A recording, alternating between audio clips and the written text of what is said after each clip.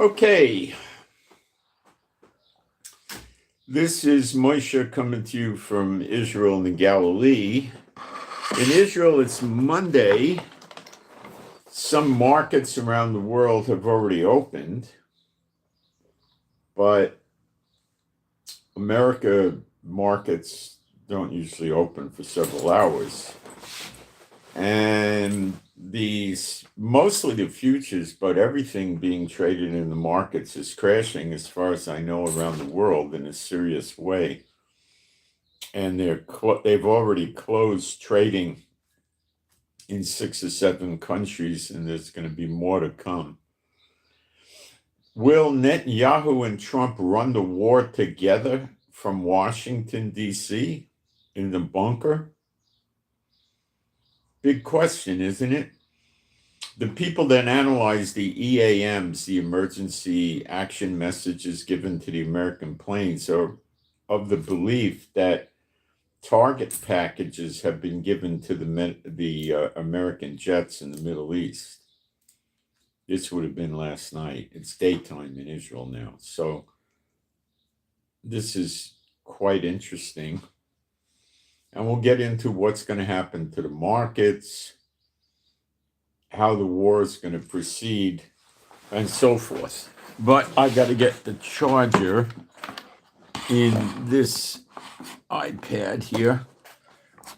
I don't think we're going to lose charge on the tablet I'm broadcasting with.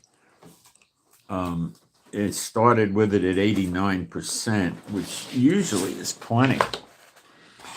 But if I see it declining or something, what it does is it darkens the screen, and I'll remember that.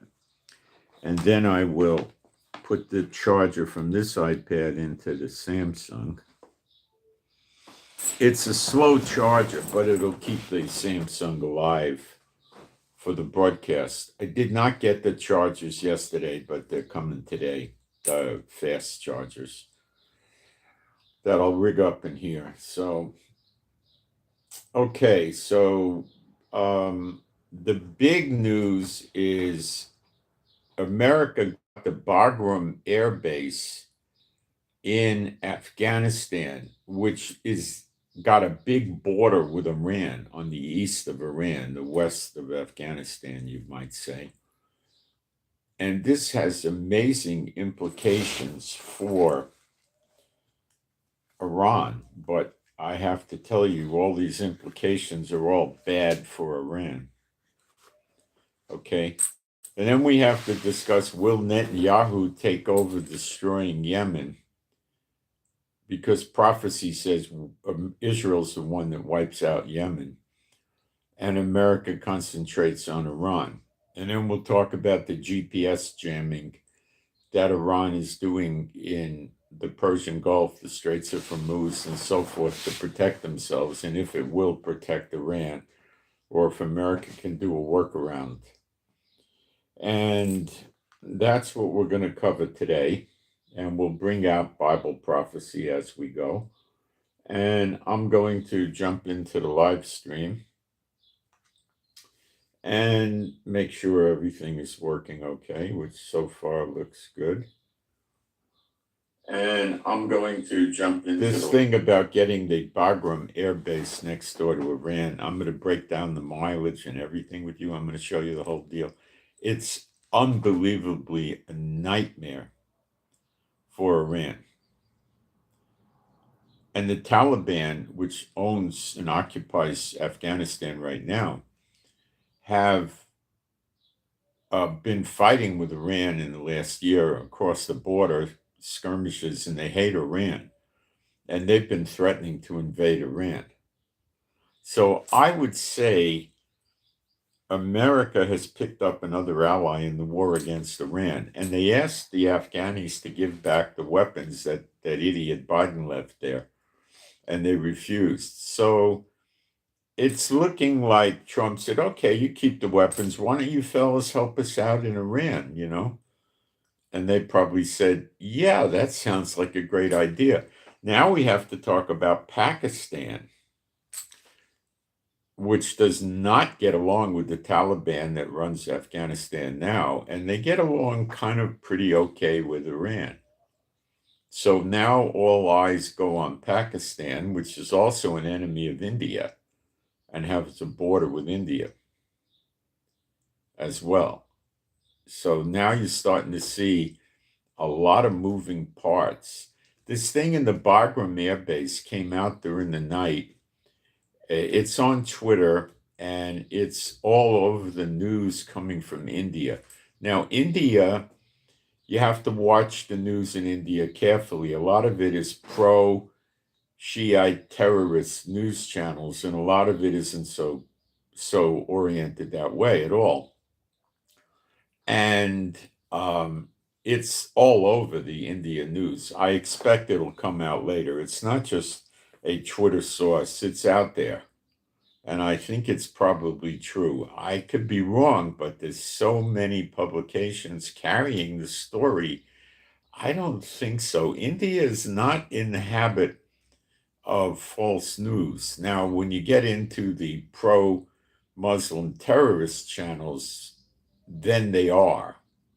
But I seem to know who they are. And they're not publishing this story about Bagram Air Base at all because it's very bad for Iran and they're trying to bolster up Iran.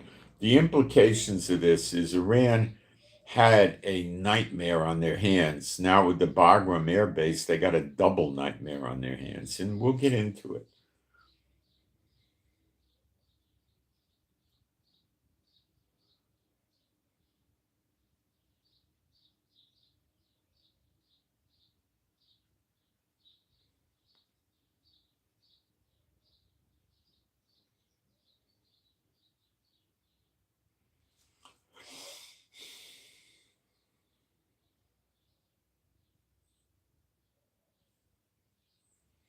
Okay, I'm going to put a few quick posts up in the chat. That'll be quick and then gives people time to come in, and we'll get going. And today is a heck of an important news day.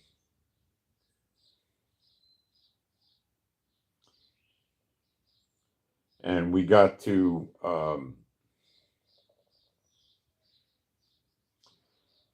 watch and understand these things.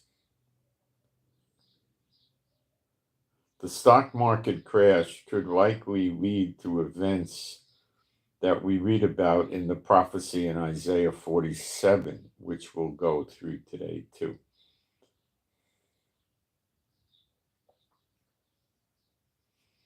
Unfortunately, the churches don't teach Isaiah 47 either.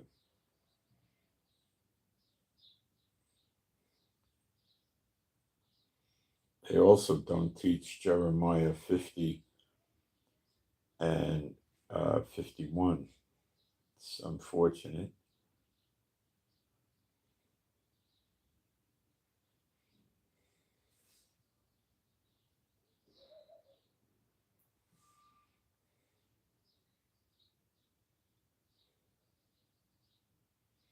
I'm going quick. It's not going to take much time.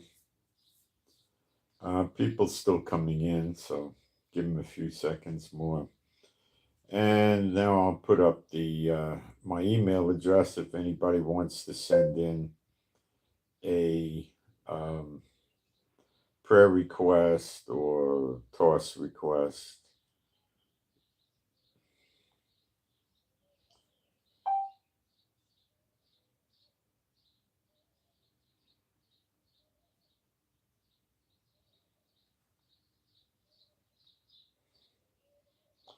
You can also post prayer and toss requests in the chat.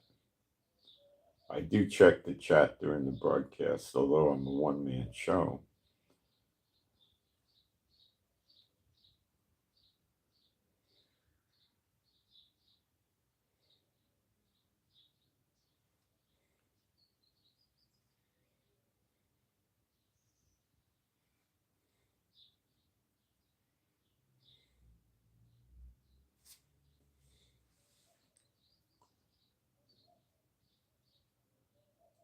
Okay, we got all that done.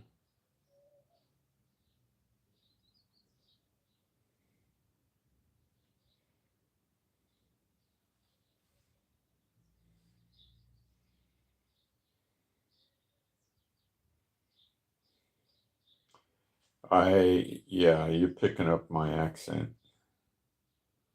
I grew up in the Bronx.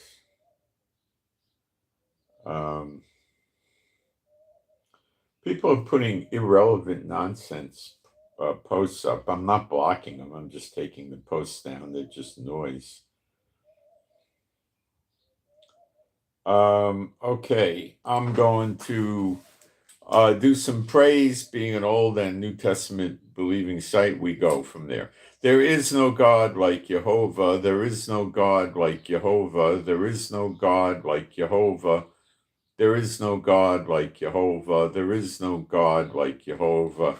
There is no God like Jehovah. There is no God like Jehovah. There is no Messiah like Yeshua. There is no Messiah like Yeshua. There is no Messiah like Yeshua. There is no Messiah like Yeshua. There is no Messiah like Yeshua. There is no Messiah like Yeshua. There is no Messiah like Yeshua. By the way, thanks for the prayers about Beulah not getting out. She hasn't gotten out again. I did put some new barriers up, but they seem to be working, and that's thank you for those prayers. Well, let's just get into it. The market's crashing. Now, the markets are basically controlled. If they couldn't control it or rig it or fix it, they wouldn't have it. Okay. But there's a limit to it. And the limit has been exceeded because 6 or 7 countries, as of a few hours ago, have suspended trading. That means the market makers are freaking out and they just stop trading. Now, when the markets rise, they never stop trading. As far as I know, I don't ever remember it happening. People are saying this is reminiscent of the 1987 crash. It's not. I was there. At that time, I was trading in the markets. I was a believer in trading in the markets. I highly recommend it many times. Never go into any of these markets. Never buy paper gold. Just buy, hard gold or silver where you have the actual metals in your hand.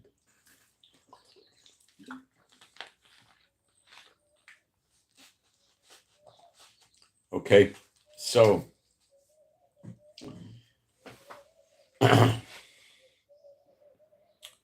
what happened is it went down about 21 or 22% in one day. I was watching it. I had a ticket tape machine. It worked wirelessly.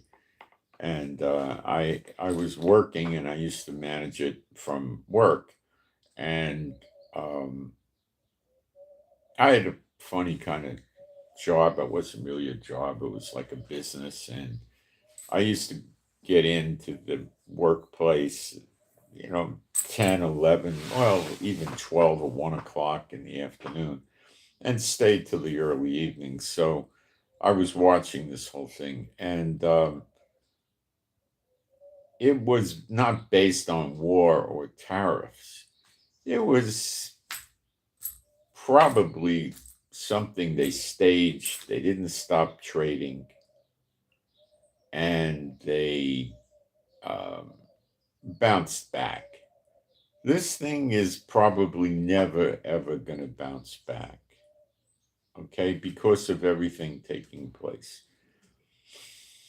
It was a combination of two things. It was the tariffs and most importantly, the threat of war with China, North Korea, Iran, and Russia. Russia's already at war with Ukraine.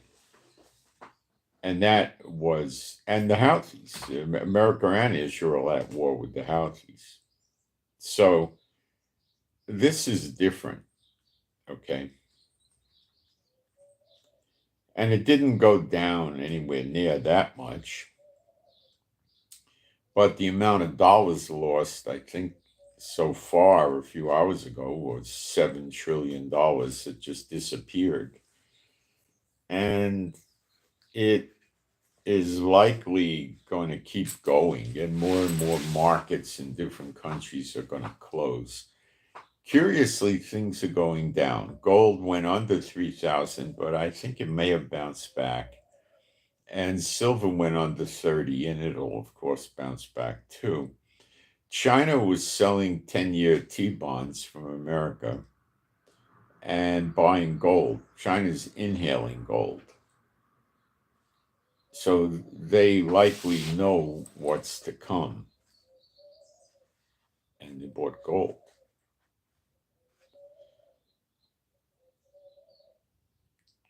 The big thing with the nations in this axis of evil, as they like to call it, against America, North Korea, China, Cuba, Venezuela, Iran, Yemen, Belarus, Russia, I would think Armenia or Azerbaijan, and some of the stand countries. What they're really looking to do is get rid of America. And they're probably going to put their emphasis on getting America first, and then they can come back and get rid of Israel. It would be easy without America, right? Okay. Israel would just run out of weapons, and then there you go. The siege on Israel, found in the prophecies in Zechariah 12, is pretty much in place. The siege, actually, when you get technical, it's not a blockade, but it's like a blockade, but not a blockade. Blockade's different. Surround the place and hit it with weapons. Okay? Lebanon, although their amount of weapons coming into Israel is way, way, way down, this still happens. Gaza, 10 missiles last night up mostly to the north of Gaza in Ashkelon. I don't think anything got damaged. There were takedowns, and probably the missiles landed in Gaza as well. But it was rather shocking to me that they managed to get off 10 missiles. That might have been their last gasp. I don't know. Israel's intending to resume humanitarian aid into Gaza based on, foreign pressure.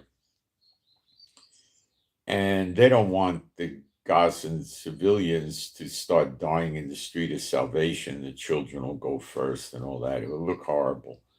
So they're going to resume it, but it's going to be distributed by soldiers from Israel, the IDF. And they're going to make absolute certain that Hamas doesn't get their hands on any of this. Because Hamas confiscates it, stores it in their own warehouses, and then puts it in shops that are friendly to them or that they own, and sell it to the Gazans at exaggerated prices that are 10, 20 times greater than what they used to be, literally. So a while ago, it was estimated that Hamas had enough water, bottled water, medical stuff, and food and fuel to go 6 months. And I think one of the plans that Israel had was to, it's common knowledge Hamas has plenty of food and water, is to put pressure on the civilians, and they rise up against Hamas. And this, to a limited extent, quite limited, did happen. And Israel was probably hoping for it to be enhanced, but it probably wasn't going to get there. So they're distributing, I imagine by the end of the week or something, they'll start bringing in humanitarian aid again. They generally get it from other countries. And if the IDF is going to distribute it, it's going to be distributed fairly to the civilians. Okay, they'll probably set up distribution centers, they'll have big lines, and the civilians will come and pick it up. And if Hamas tries to interfere, they'll get killed. Now, they may try doing sniper actions and shooting into the crowd or something like that. And that'll just further the animosity that the civilians in Gaza have towards the Hamas terrorists. Okay. Um,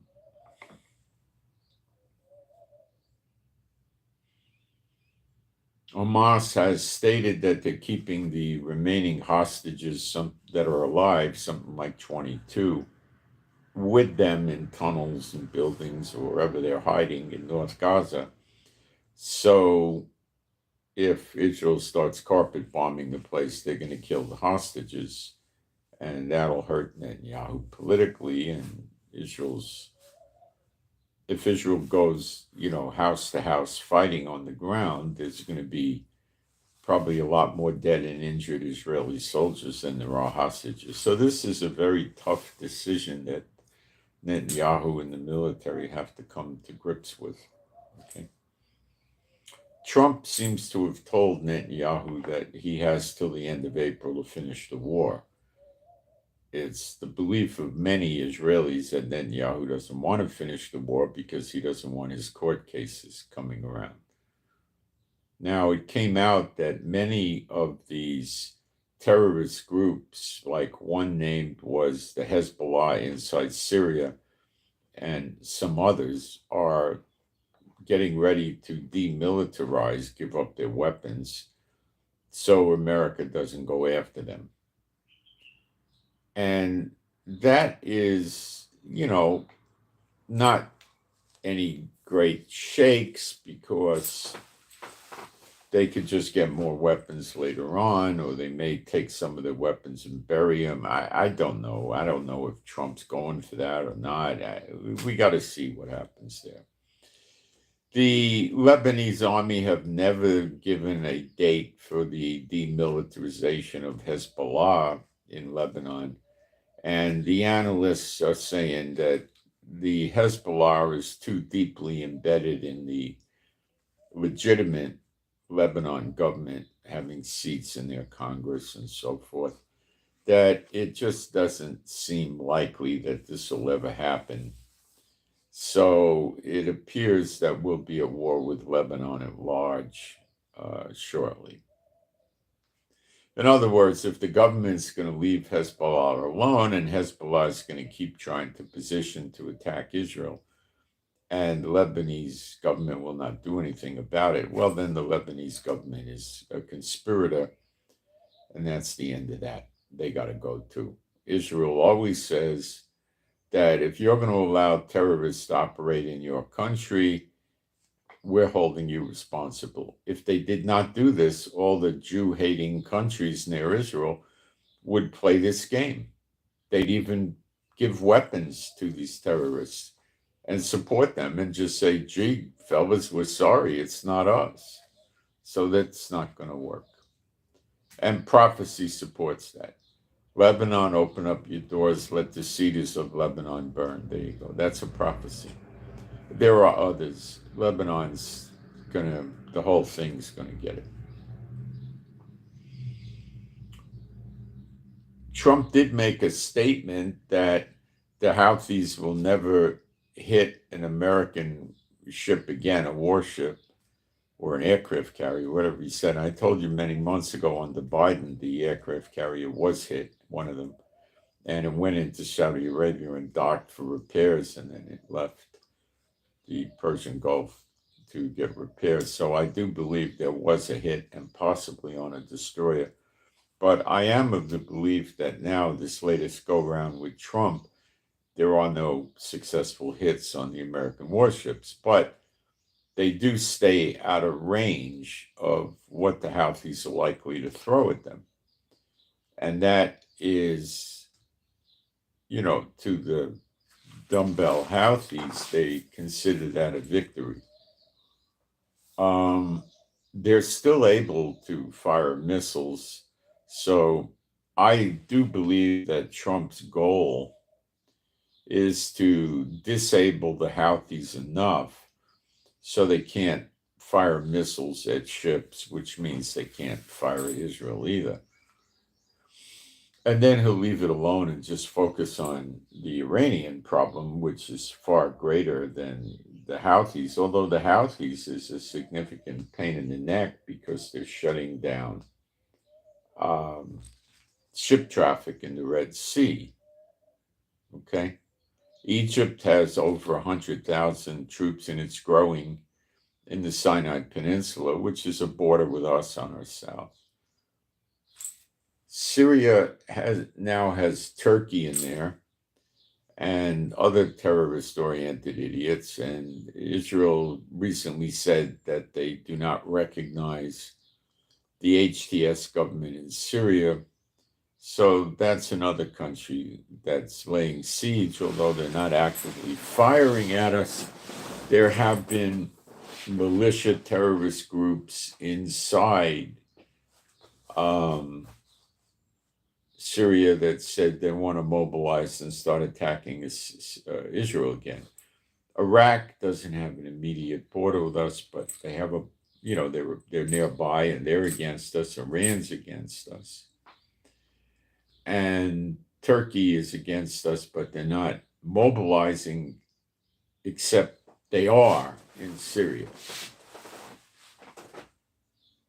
So the siege is well on its way.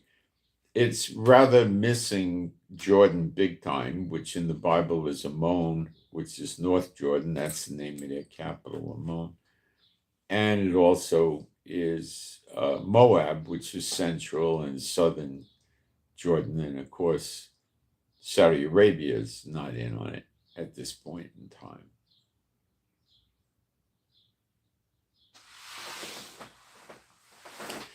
Trump said that there's about 50 plus countries that have contacted him saying we want to make America happy and live well with you, and we want to reduce our tariffs to make you happy and all of this stuff. So Trump seems to be pushing for duty-free trade with countries he wants to have this with, which means there's no taxes on American imports and America doesn't tax their imports.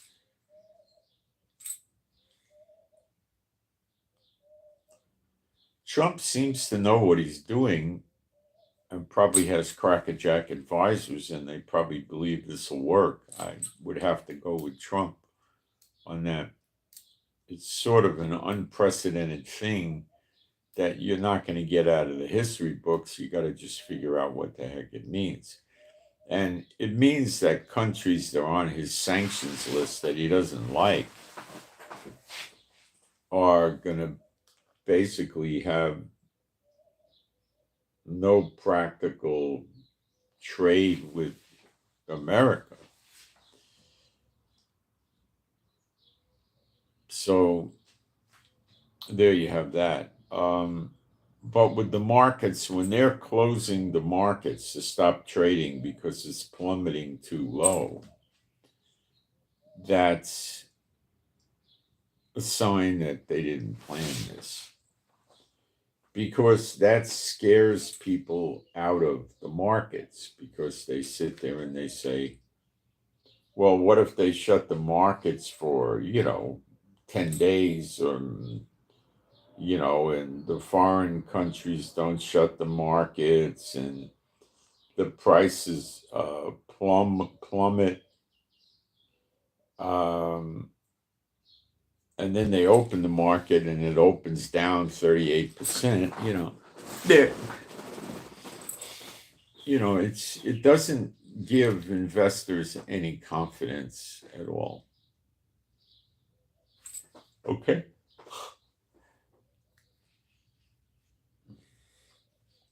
So that is a bad thing. A lot of people's 401ks and things got wiped out, or not totally, but they got knocked down quite a bit. And the tendency for most people is going to be to just hang on and wait. It'll get better. I don't think it'll ever bounce back. And the hedge funds need liquidity right now because they get margin calls because of the decline in their holdings. So they've been liquidating gold to get cash to meet margin calls so they could keep themselves in the game with these various issues they've invested in on the exchanges, and not have to liquidate those issues. They'd rather liquidate the gold, and that's what they were doing. So there was a lot of gold for sale. So prices stopped. It will cease, and then the prices will come back up. Let's take a quick look at what gold and silver are trading at right now.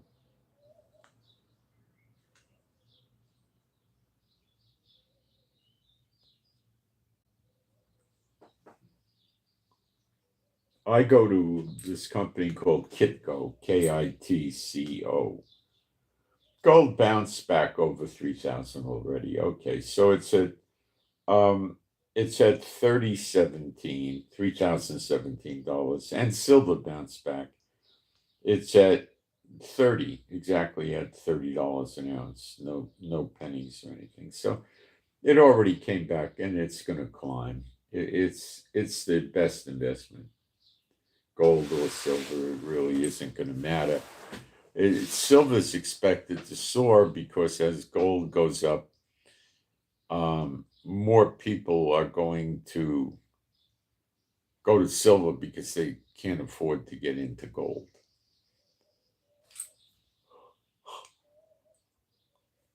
An ounce of silver is $30. An ounce of gold is $3,017, right?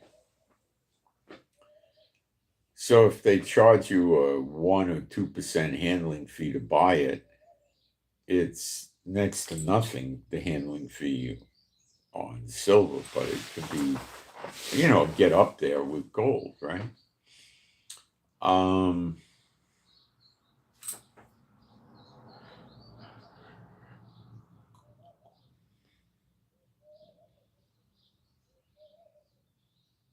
Thinking here. So they're both good, but I think silver has a greater potential to triple or quadruple a lot more than gold. To see gold at 9,000 or 12,000 an ounce is pretty scary.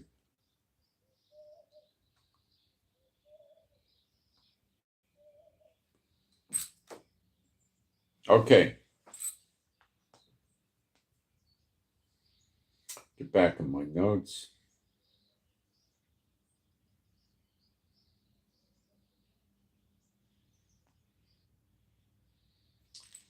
So the Taliban gave Bagram Air Base back to America. That was America's biggest air base in Afghanistan.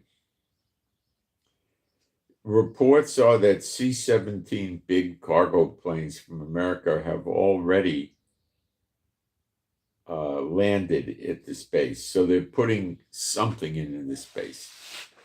I think the first thing they'll start doing, I don't know, is they might put living quarters in the base, or they might be putting anti-missile systems in the base, or offensive missile. I don't know.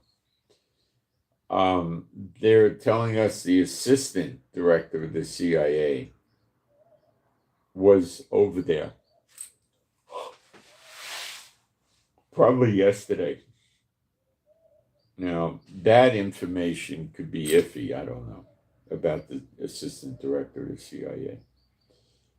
So,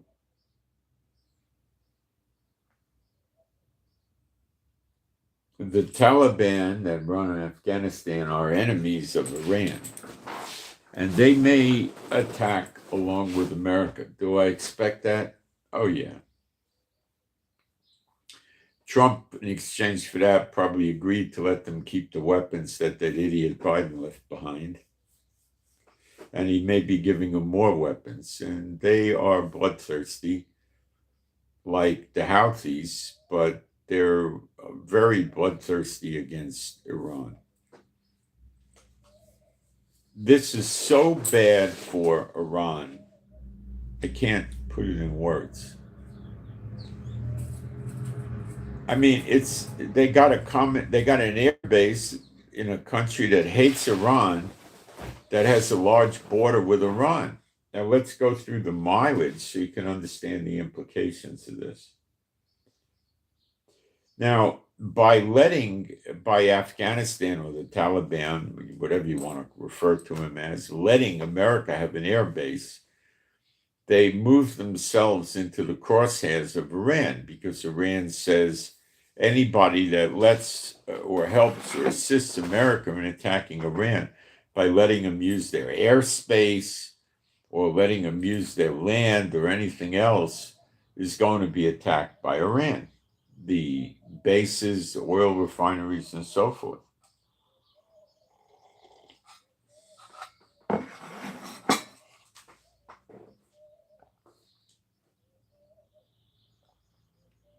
How about that? So Afghanistan willingly put themselves in the crosshairs of Iran. Okay. It's getting so bad for Iran, guys. I mean, the Bagram Air Base is roughly 1,000 miles, not kilometers, miles from Tehran. Okay, which is not, I mean, Tehran is more or less in the middle of Iran. Okay. The air base, I couldn't get a firm figure on this, so I'm estimating from looking at maps this morning. The air base is about 400 or 500 miles away from the border of Iran and Afghanistan. So they're not 10 miles in. So they're 400 or 500 miles. So does Iran have the capability to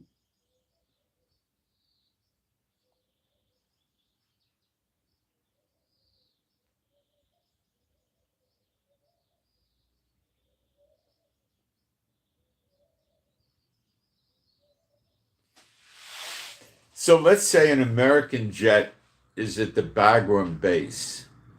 Let's say it's a basic plain vanilla F-16, right? Let's just keep it simple. It could probably put the afterburners on and get up to about 1,200 miles an hour. So that means it's about a 20-minute flight to cross the border of Iran. Right? How do you think that makes the Iranians feel? Especially if Trump puts 50 of them in there. And Trump will lay down Patriot and THAAD anti-missile systems inside this Bagram base. I do not think you will see Trump put F-22 Raptors. You will not see him put B-52s. You will not see him put B-1s or B-2 bombers in this base. That's too dangerous. Does Iran have missiles and radar today that can fire missiles and guide them at about 500 miles? Well, yeah, but that's not giving it to you fairly, because Iran is probably not having sophisticated missile launchers near the border with Afghanistan, because they would bust a gut if that happened and destroy them. So the missile launchers and radar and stuff is going to be further in. Iran has a heavy concentration of missiles and missile launches in southwestern Iran. And that puts them pretty far from the Bagram base. They are probably a good 12 or 1,400 miles or more away. So that means their missiles, which usually can go up to 1,200 miles, are probably just out of range from the Bagram base. you see how bad it is for Iran? You getting the picture? Now, yeah, they could move missiles. Now, Iran has a lot of missiles on trucks. It's basically a cab, like from a tractor trailer, towing a low boy type platform that has usually 2 missile launchers on them. But these are not long range missiles.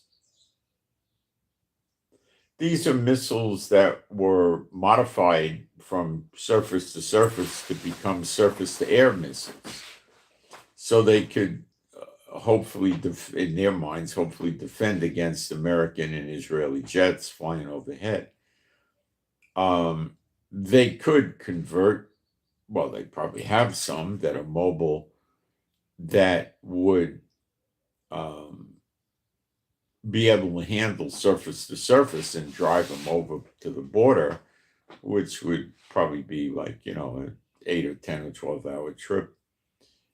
Drive them near the border, but they got to be careful about that because the Taliban may just take that out, or America may just take it out. So they got to watch these mobile missile launchers and move them around. But the bottom line here is these mobile missile launchers aren't going to be able to shoot missiles of the distance. It's 400 or 500 miles from the Iranian border. They don't go that far. They might go 200, 300 miles.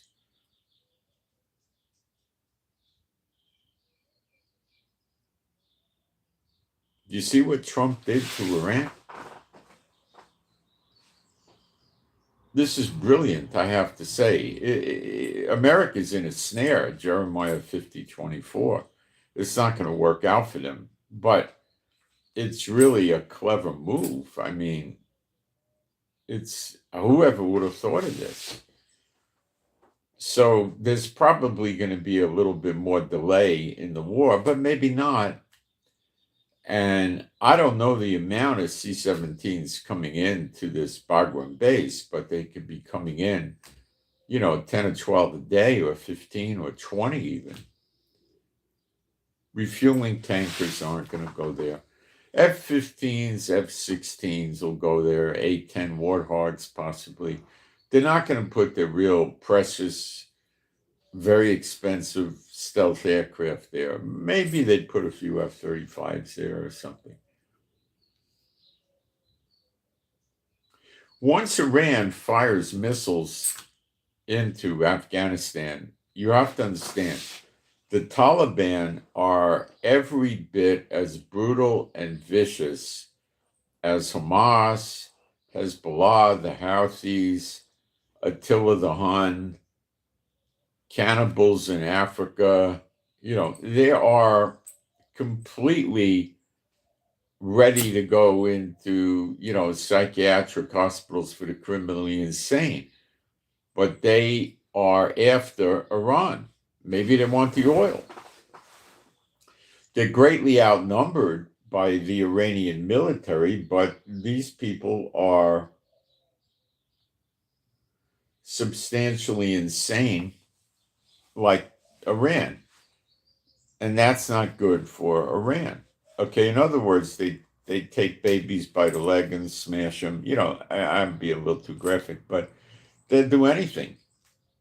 Rape, drown, burn, choke, throw off cliffs, throw off roofs, the whole bit. No limit. Okay? No limit. And they'll kill civilians. So once Iran starts firing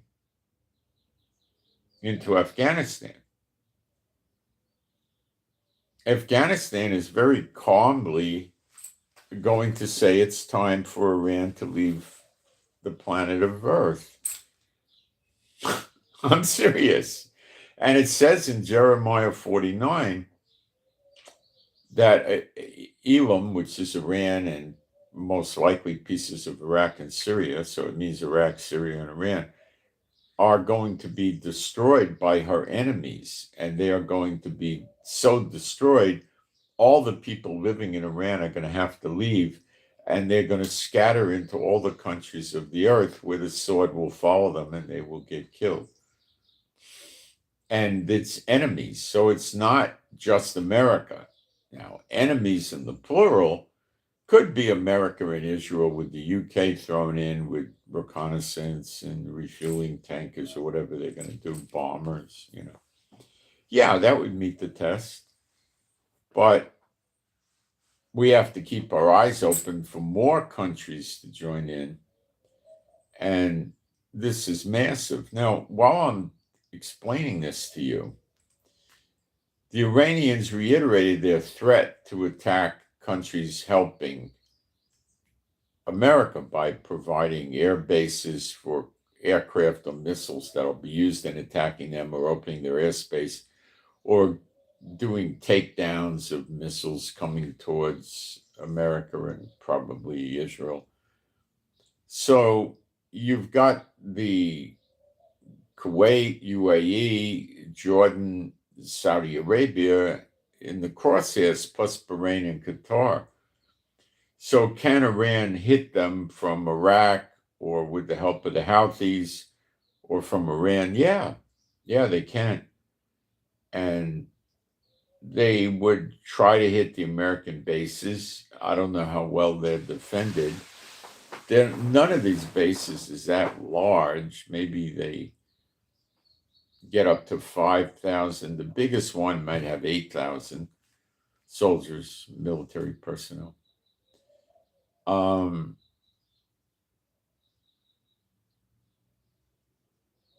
I don't know how well the bases are defended. I'm sure they're defended with some Patriots and other missile defense systems if necessary. THAAD systems, maybe, I don't know. Their approach to it may have been, over the past months or weeks, to dig or build underground bunkers for the soldiers to run into the bunkers until the attack is over. The problem with that is, if there's an extended attack and they're in the bunkers, then they could come out of the bunkers and find out there's, 15,000, terrorist lunatics that took over the base, and they can't get out of the bunkers. Don't know.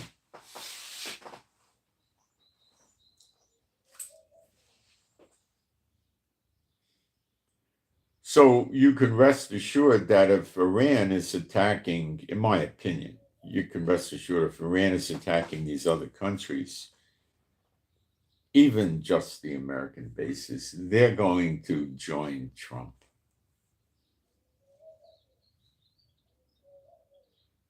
They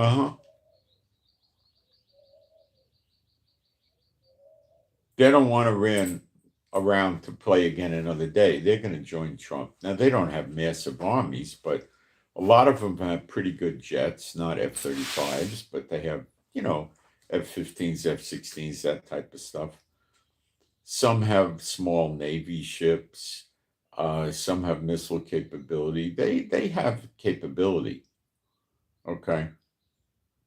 Now, will they join with Israel and fight shoulder to shoulder with Israel? I doubt it.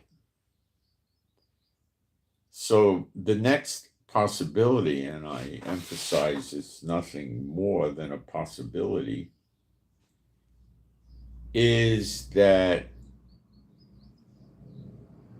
Trump says to Netanyahu, okay, I'm focusing on Iran. They're going to attack the other countries, which are going to kick in with us. And they're not going to fight with you because you're a Jewish state. So you wipe out the Houthis. And it's coming out that more very heavy bombs have been given to Israel in the last few days. Now, Israel could drop Moabs, but I don't think they will. The 30,000-pound bomb, they'd have to kick them out of a cargo plane. But I think Israel can manage to drop a lot of 2,000-pound bombs and even 5,000-pound bombs on hardened targets in Yemen. Although America is trying to wipe that stuff out. So from prophecy in Jeremiah 49, I believe we know it's Israel that makes uh, Edom, which is Yemen, Edom is Yemen, a devastated wasteland and nobody's living there anymore forever. Same with Elam, Iran. Nobody lives there anymore forever, which is also probably going to be Iraq and Syria, Damascus shall be a ruinous heap, stuff like that, right? So it's likely that this is a scenario. Now, the big thing I want to bring up, and I have not picked this up from anybody else. Well, I think I heard somebody speak of it. Yes, I did hear somebody speak of it. But there's no documentation to support this. Is it possible that Netanyahu, he's with Trump today? It's still nighttime, so they're sleeping, I assume. And they are actually going to get together and go to a bunker and manage the war together.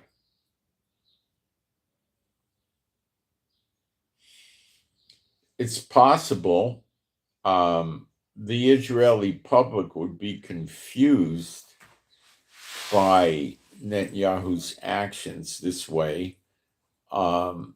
There would be a lot of comments stating he's afraid of getting hit with missiles, so he's hiding in America. On the other side, a lot of people would say he's, persecuting the war with Trump. And that's a good thing because Trump is the best thing that ever happened to Israel, as if Trump was a god, right?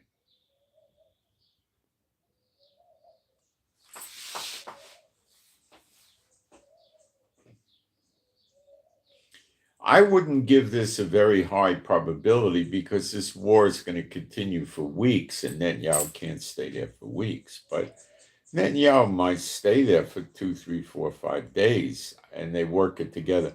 See, I believe that Netanyahu is playing consigliere to Trump as advisor. Who knows more about fighting in the Middle East than Netanyahu? Really, nobody. He's over 20 years prime minister of Israel, numerous wars. So, and he has the Mossad and Shin Bet, which are crackerjack. So I think this is very possible, but I think it would just be for the first few days of the war, unless things got really bad, and then he might stay more. But I'm not thinking that because these guys can communicate um, over, secure communications. He doesn't have to physically be there, but it's likely he'll be there as a show of force, maybe in the beginning. I don't know. You got to understand, this may never happen. He may just come home tomorrow or tonight. And, I don't know. It's a thought that has some basis in reality, and it may happen. Maybe just for the onset of the war. And Israel persecuting a war against the Houthis is very possible. Very possible.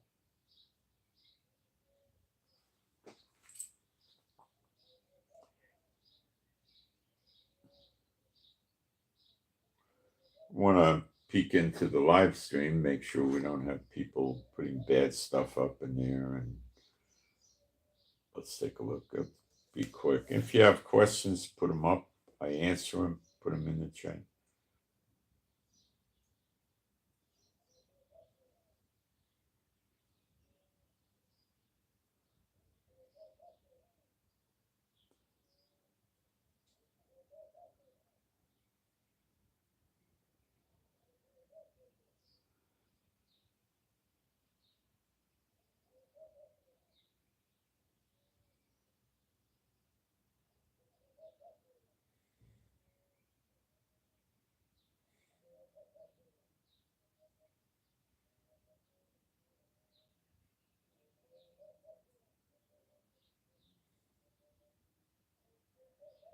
Yeah, Yemen is a difficult target. It's got rough terrain, mountains, caves, and they hide in there.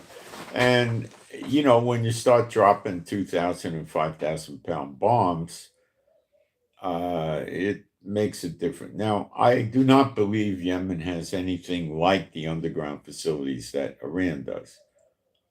Yemen is maybe 5% as powerful as Iran, okay? And they probably have underground facilities, but I don't think to the extent that Iran does. But it's tough to take these things out. It's not so easy. It takes time. So, we'll see. I mean, Israel could easily send waves of 25 aircraft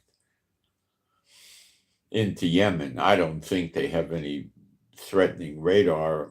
If they do, it would have to get taken out and then just run waves of 25 jets at a time, or maybe just 25 a day, day after day after day, and just keep hitting substantial target packages. On the other hand, Israel may want to send 25 planes a day, 4, 5, 6 times a day round the clock to pound them down as quick as possible. So I don't know. Okay. This is a theory of mine that may prove not to be true. Don't take it as solid. It's just a speculative guess on mine, just like Netanyahu's staying there with Trump when the war starts. We don't know.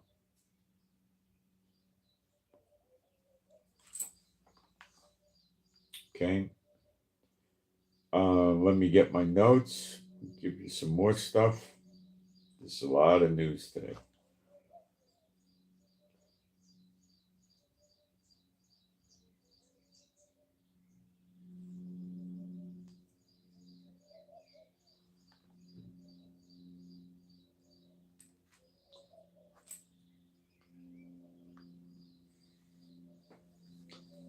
So the what Reuters said reads like this. I'm going to quote it right out of Reuters. Some of the most powerful and violent pro-Iranian militias are planning to announce their they're disarming in order to avoid a direct confrontation with Trump and America.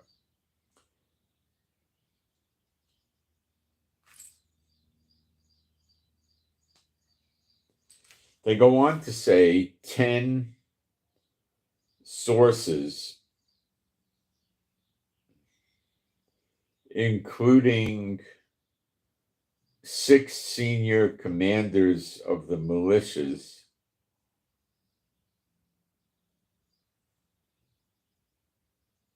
including Hezbollah brigades in Iraq. Hezbollah in Iraq, they fled from Syria, said the Revolutionary Guards, the Iranian ones, have given them their blessings to make the best decision to avoid being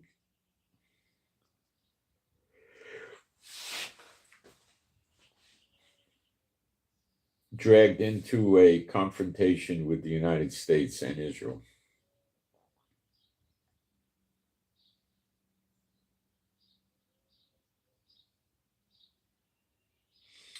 A couple hours ago, there was quite a bit of heavy aerial reconnaissance taking place by America over the UAE and Saudi Arabia.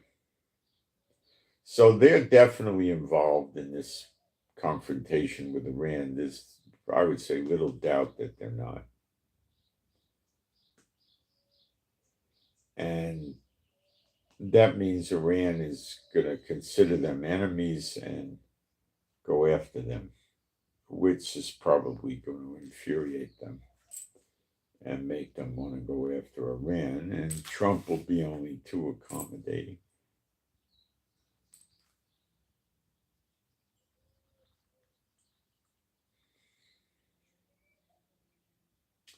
They're still bringing cargo planes into the Middle East. Typically, they're going from Ramstein base in Germany to Qatar, and then they go back and they go back and forth. So Qatar seems likely to be in the crosshairs of Iran. That's for sure.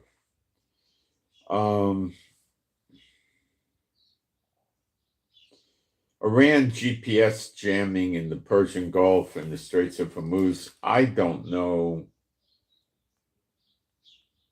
what the serious implications of that are and how that will affect the Americans. I don't think that Iran can get that far with this. So I would not think it's going to stop much.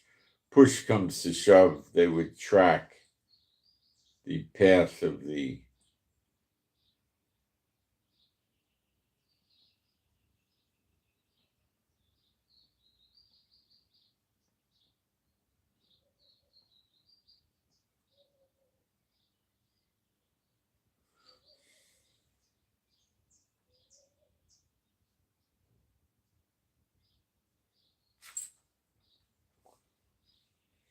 let's see.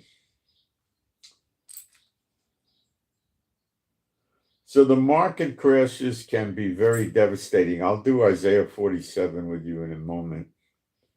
Oil is trading below $60 a barrel now. When they start hitting Kuwait, Bahrain, Qatar, UAE, Jordan, Saudi Arabia, when Iran does, and Iraq will, of course, join in with them, and so will the Houthis, the oil prices are going to spike up substantially out of fear.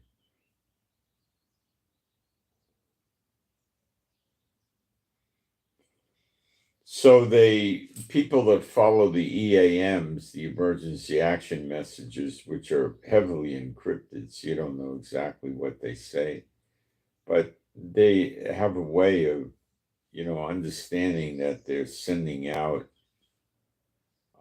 target packages.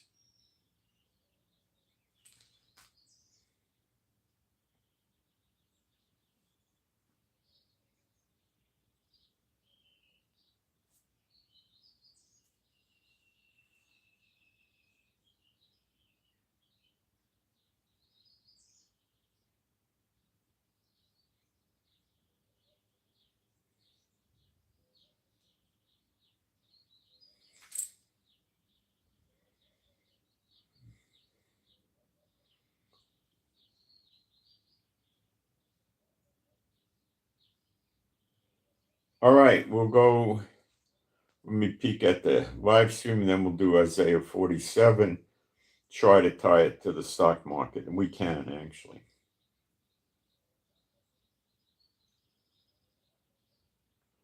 Mexico or Afghanistan? The Bagram Air Base is in Afghanistan, not Mexico, if that was what your question was.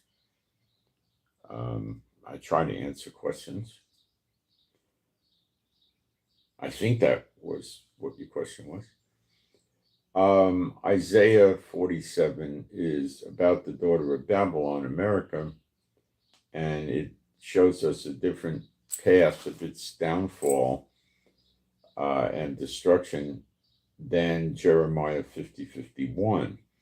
It is very possible that it actually is preceding Jeremiah 50:51 is pretty much the wrap up or the end of it. So here we go.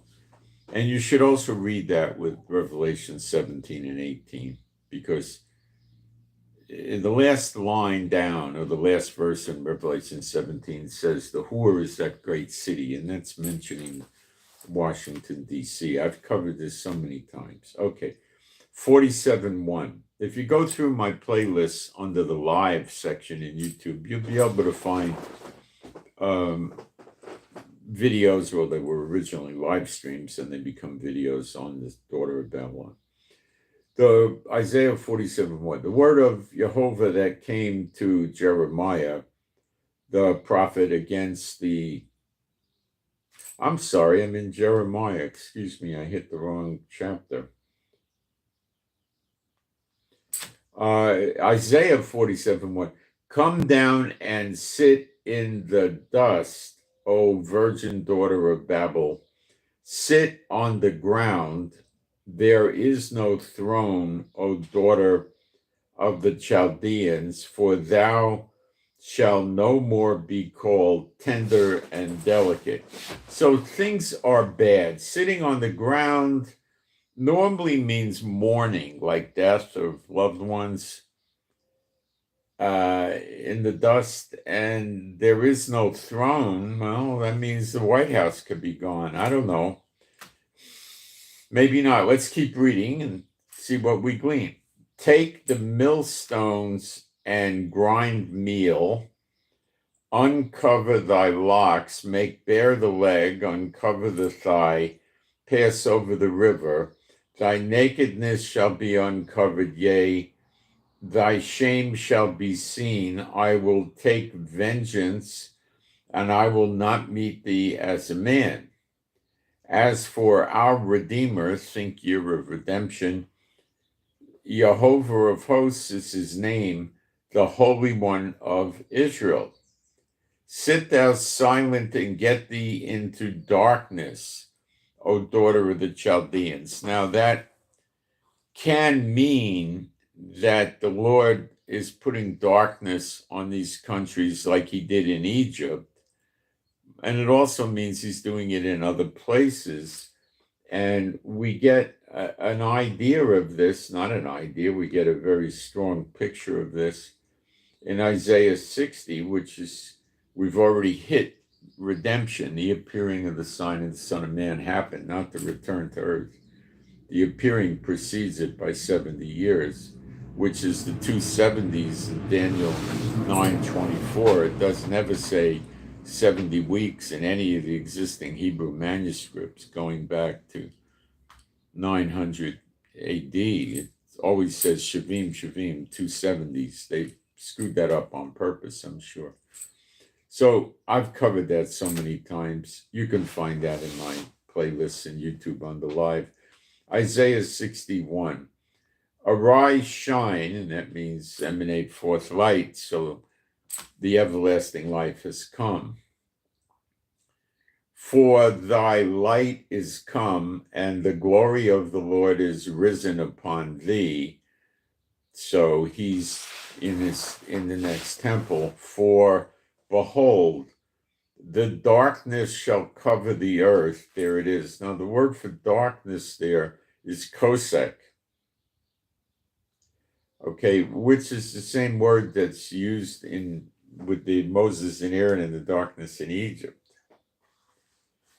Shall cover the earth. So it's not just, or it says cover the land, which could mean the earth or the land of Israel. And gross darkness, the people. Now, gross darkness is Arafel, which is darkness that's so thick you could feel it, sort of, kind of, which goes back to Egypt again. So in other words, you put your hand in front of your face and you probably wouldn't see your hand. The Egyptians couldn't go outside because you couldn't see. They couldn't light any torches or lamps or coals. Yet in Goshen, where the Israeli slaves were living, they had light in their houses. They were able to make light, but they couldn't go outside either because it was so dark. It was a 3-day thing. It's not going to repeat again for 3 days. There is no scripture for that. Shall cover the earth, and gross darkness the people, but Jehovah shall arise upon thee, and his glory shall be seen upon thee. And the goyim shall come to thy light, and kings to the brightness of thy rising. Okay. So this is the beginning of year of redemption. All right. So it's curious that we see the darkness, but let's go back to Isaiah 47. And we're in verse 5.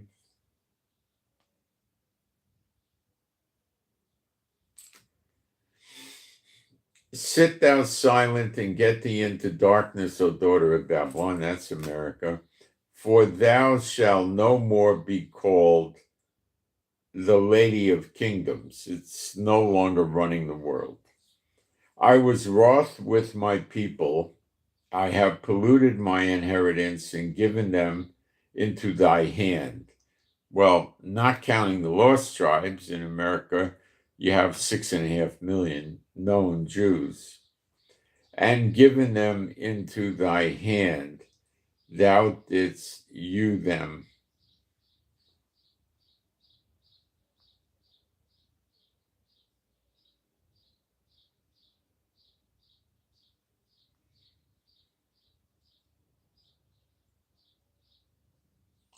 Thou didst show, thou didst show them no mercy upon the ancient. Hast thou very heavily laid thy yoke? That could be the ancient, could be the North American Indians, which is very, very likely lost tribes. And thou saidst, the Indian Wars, the reservations, the Trail of Tears, all that, right? And thou saidst, I shall be a lady forever, so that thou didst not lay these things to thy heart, neither didst remember the latter end of it. Trump thinks America's invulnerable and it's going to go on forever. That's the whore. Therefore, hear now this, thou that. Remember, I did a lot of videos and Trump was always making this sign in public and I put them up on YouTube. He hasn't done that since I did the video. We haven't seen it anymore, have we? Therefore, hear now this, thou that art given to pleasures, that dwellest carelessly, that sayest in thy heart, I am and no one else beside me. Well, that's Trump's policy. I shall not sit as a widow, neither shall I know the loss of children. That's pretty much the Trump. But he's, getting these, this is America's the daughter of Babylon. Washington, D.C. is the great whore. Okay.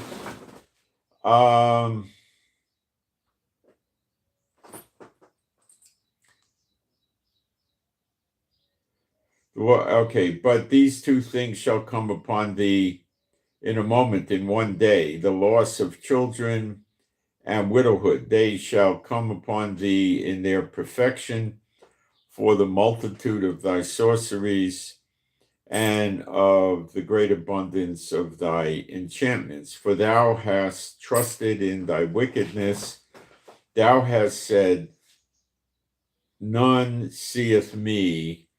Thy wisdom and thy knowledge, it hath perverted thee, and thou hast said in thy heart, I am, and none else beside me. Therefore shall evil come upon thee, thou shalt not know from whence it riseth, and mischief, that's like evil also, shall fall.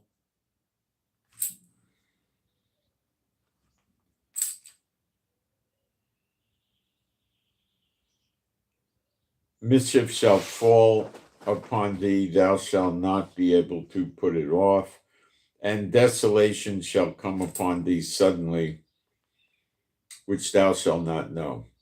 Stand now with thine enchantments and with the multitude of thy sorceries, wherein thou hast labored from thy youth. If so be, thou shalt be able to profit, if so be, thou mayest prevail. Thou art wearied in the multitude of thy counselors. Let now the astrologers and the stargazers and the monthly procrastinators, these are what's called the Chaldeans. This is what the Chaldeans did in the old Babylon. Stand up and say, and save thee from these things that shall come upon thee. Behold, they shall be stubble, the fire shall burn them, they shall not deliver themselves from the power of the flame, there shall not be a coal to warm at, nor fire to sit before it. After the enemies loot the daughter of Babylon, America, you read in Jeremiah 50:51, I think it's in two places, God will kindle fires in and about her cities. And we have been seeing this, California, North Carolina, many other places. And we use fire maps. There's lots of fires. Earthquakes are up. Columns of smoke, which is volcanoes, are up for sure. There shall not be a coal to warm at, nor fire to sit before. So if the Lord puts a chosek, it's a chetzem, darkness, the heavy darkness on America, and they just turn on their lights, well, then the darkness would have very little value. It would have value, but not a lot. So the chances are the grid is out. Verse 15, thus shall they be unto thee with whom thou hast labored. Thus shall they be unto thee with whom that you have labored, even thy merchants from thy youth. They shall wander every one to his quarter, and none shall save thee. Well, we read that in Jeremiah 50:51. The agricultural workers, for fear of the oppressing sword, which could be Trump imprisoning illegals, go to their own countries, and others do. And that hasn't happened in its fullness yet, but it is happening in drips and drabs, not in the fullness, I don't think.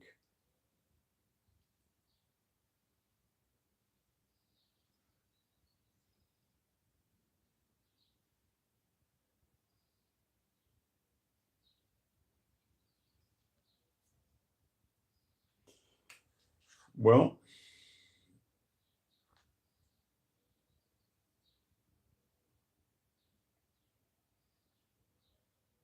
I think that's what I have for today. And I'm probably going to be doing more live streams during the day. I may not, I may, but I'll keep posting on Telegram. If you want my Telegram, send me an email. My email's in the very bottom, the last line down in the description box. It's in the chat, and it's israelgiving with the number 7 at gmail.com. Israelgiving with the number 7 at gmail.com. I think you need Telegram Messenger to access it. The app is free, Telegram's free, it's all free, and it's not censored. I'm considering having my videos go up on Rumble. I think there's a way I could do it where they automatically go up to Rumble. If any of you have any thoughts about this, let me know. I don't think I can live stream from Rumble. They're telling me I have to get software to do it. If anybody knows about that, let me know. I would be doing it on a Samsung tablet, which is Android, or I could be doing it on an iPhone, an iPad. So let me know about that. And because I don't understand what I'm supposed to get and do, and I'm trying to figure out if it's really worth it. What a lot of people are doing is they're saying, I got a video, I can't put it on YouTube, so go to my Rumble account. And I think that if you put a link to the Rumble account there on YouTube, they might take you down on YouTube. So I don't especially want to start doing that. So I just thinking it's another place to put it up. I don't know. So if you guys got any thoughts, I've got a working Rumble account now. It goes back a few years. I've never really used it, but it's working. So let me know.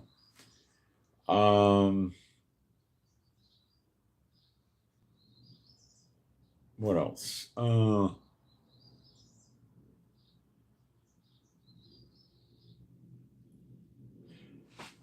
That's it. I'll keep you updated. That's a lot, though, you know, and you might see the war begin against Iran today. You might. I don't know.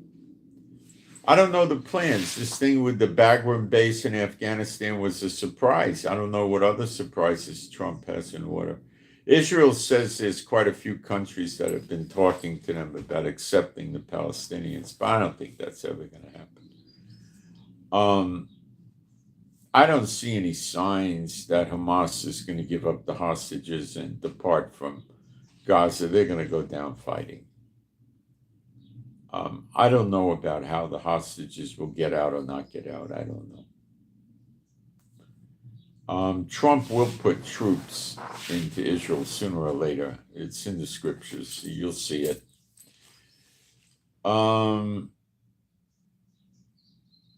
There is rumors of Trump talking about sending boots on the ground in Yemen.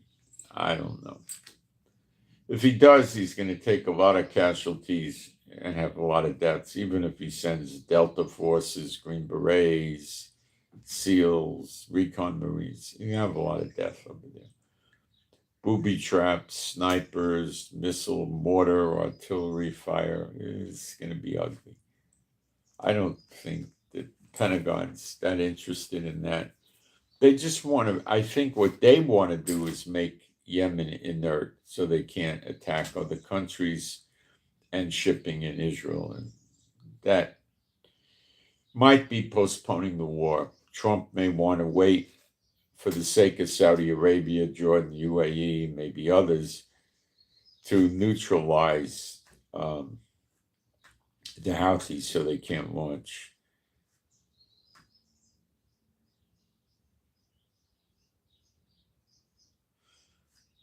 He might also want the same thing for Iraq. I don't know.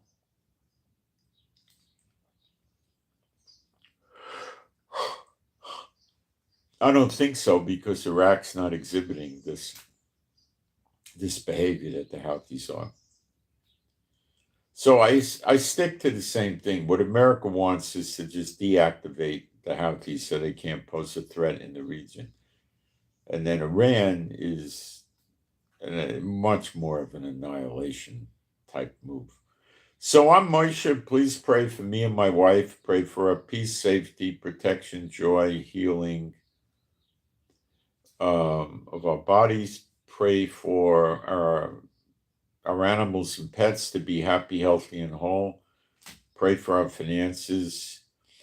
Pray that I get my packages without trouble. I'm having problems again with dog food delivery. It's supposed to be there yesterday, never showed up. I don't understand. I'm getting all these things.